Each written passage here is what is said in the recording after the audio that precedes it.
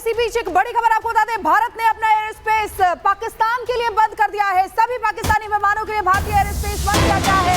23 मई तक पाकिस्तान के लिए भारतीय एयर स्पेस बंद रहेगा। तो ये बड़ी खबर आपको बता दें कि भारत ने अपना एयर स्पेस पाकिस्तान के लिए बंद कर दिया है। एक के बाद एक कड़े फैसले भारत की तरफ से लिए जा रहे हैं। उसी के तहत भारत ने अपना एयर स्पेस पाकिस्तान के लिए बंद कर दिया है। जितने भी पाकिस्तानी विमान होंगे उनके लिए भारतीय एयर स्पेस बंद रहेगा। नोटम जारी करके भारत ने ये जानकारी दी है। 23 मई तक पाकिस्तान के लिए भारतीय एयर स्पेस बंद रहेंगे। बड़ी खबर आपको बता रहे हैं। देखिए किस तरीके से कल महत्वपूर्ण 4 बैठक हुई थी और अब आज ये बड़ा फैसला, भारत ने अपना एयर स्पेस पाकिस्तान के लिए साथ लगातार बने हुए हैं। और सुमित, जंगलों को हम देख पा रहे हैं, जहां पर यह घटना घटी उसके ठीक आके आप खड़े हैं। लेकिन इस बड़ी खबर के बारे में क्या जानकारी है? एयर स्पेस बंद कर दिया गया है।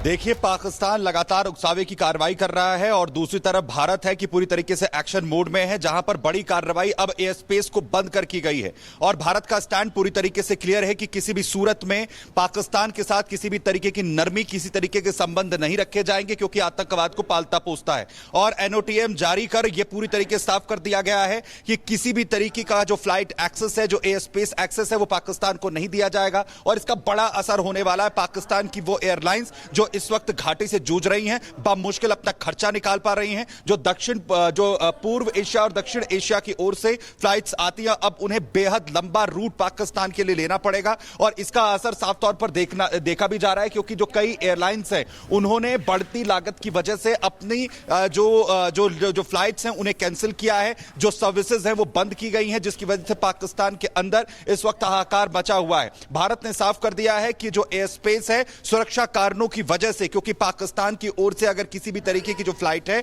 अगर वो यहां पर आती है तो उसकी वजह से भारत को जो सिक्योरिटी थ्रेट है वो हो सकता है। और क्योंकि पाकिस्तान एक तरफ एलओसी पर एक के बाद एक फायरिंग कर रहा है, सीज फायर का उल्लंघन वहां पर हो रहा है, और भारत ने कल भी हॉटमेल पर बात कर साफ तौर पर यह कह दिया था कि अगर पाकिस्तान नहीं मानता है तो और ज्यादा सख्त कदम यहां पर भारत की तरफ से उठाए जाएंगे। इकोनॉमिक तौर पर भी यह कमर तोड़ने वाला डिसीजन है जो एयर स्पेस भारत की तरफ से बंद किया गया है। और बिल्कुल पाकिस्तान की कमर टूट गई है और ये दिखाने की कुछ और, जताने की कुछ और कोशिश हो रही है। सुमित, बहुत बहुत शुक्रिया।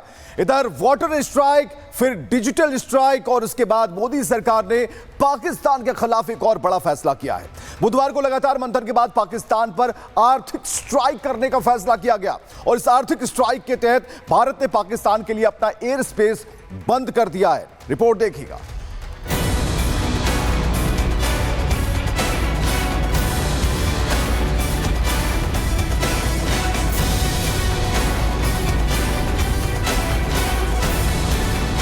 पहलगाम में खूनी खेल खेलने वाले आतंकिस्तान को लगातार करारा जवाब मिल रहा है।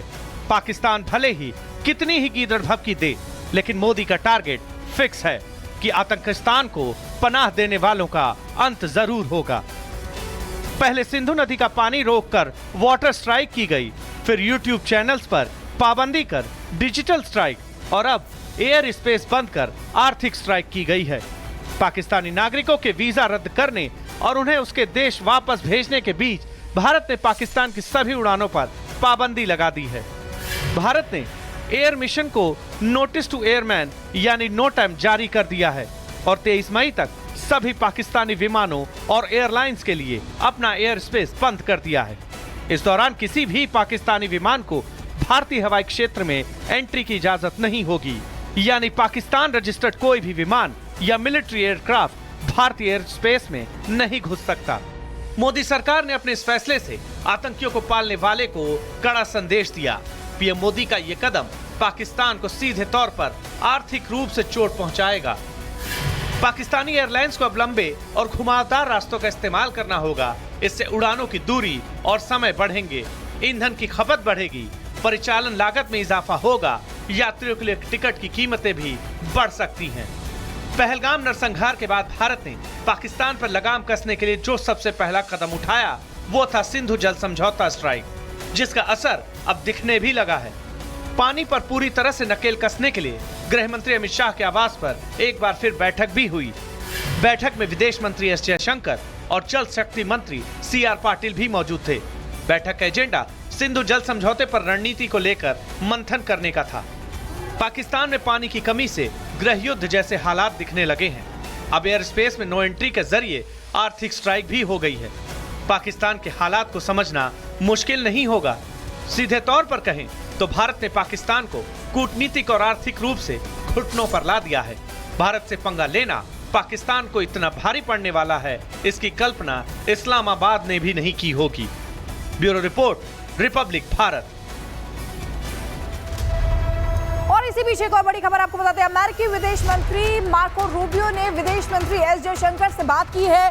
जयशंकर ने अमेरिकी विदेश मंत्री से कहा है पहलगाम हमले के साजिशकर्ताओं को न्याय के कटघरे में लाएंगे। देखिए, हर तरफ से मार पड़ती हुई पाकिस्तान पर नजर आ रही है। किस तरीके से सबसे पहले 5 बड़े फैसले जिससे पाकिस्तान बौखला गया, खौफजदा हो गया, और उसके बाद कल जो बैठक हुई है उसमें भी कई अहम फैसले, और पाकिस्तान को लगातार डर सता रहा है कि कब यहां पर स्ट्राइक कर दी जाएगी, किस तरीके का हमला भारत करने वाला है। ये खौफ उसके दिल में बना हुआ है।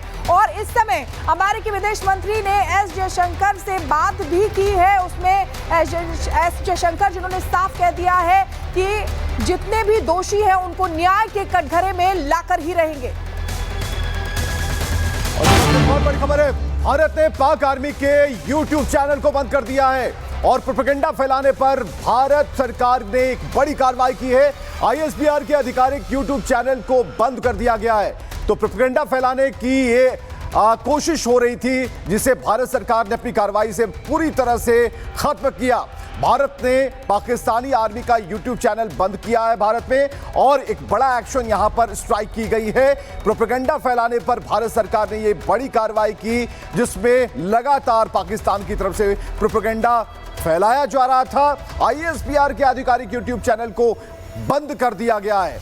तो एक बड़ी खबर इस वक्त हम आपको बता रहे हैं, लगातार अपडेट इसमें आते जा रहे हैं, और कई ऐसी स्ट्राइक अभी तक भारत की तरफ से की गई है जिसमें डिप्लोमेटिक तरीका भी था। लेकिन अभी जो बड़ी खबर है वो ये है कि प्रोपेगेंडा फैलाने पर भारत सरकार ने कार्रवाई की है। चलिए इसके बाद और एक और बड़ी खबर हम आपको बताने जा रहे हैं। पाकिस्तान को फिर सताया भारत के हमले का डर। शहबाज शरीफ के राजनीतिक सलाहकार को हमले का डर सता रहा है। कोई स्ट्राइक हो सकती है, ये राणा सनाउल्लाह ने कहा। हवाई हमला या फिर मिसाइल अटैक हो सकता है। तो आप समझिए कि शहबाज शरीफ के जो राजनीतिक सलाहकार हैं वो दावा कर रहे हैं, और लगातार पाकिस्तान के सभी बड़े लोग दावा कर रहे हैं, बड़े नेता दावा कर रहे हैं। और इस बार जो प्रधानमंत्री के सलाहकार हैं, पाकिस्तानी प्रधानमंत्री के सलाहकार शहबाज शरीफ के राजनीतिक सलाहकार, वो दावा करते हैं कि हमला बड़ा होगा।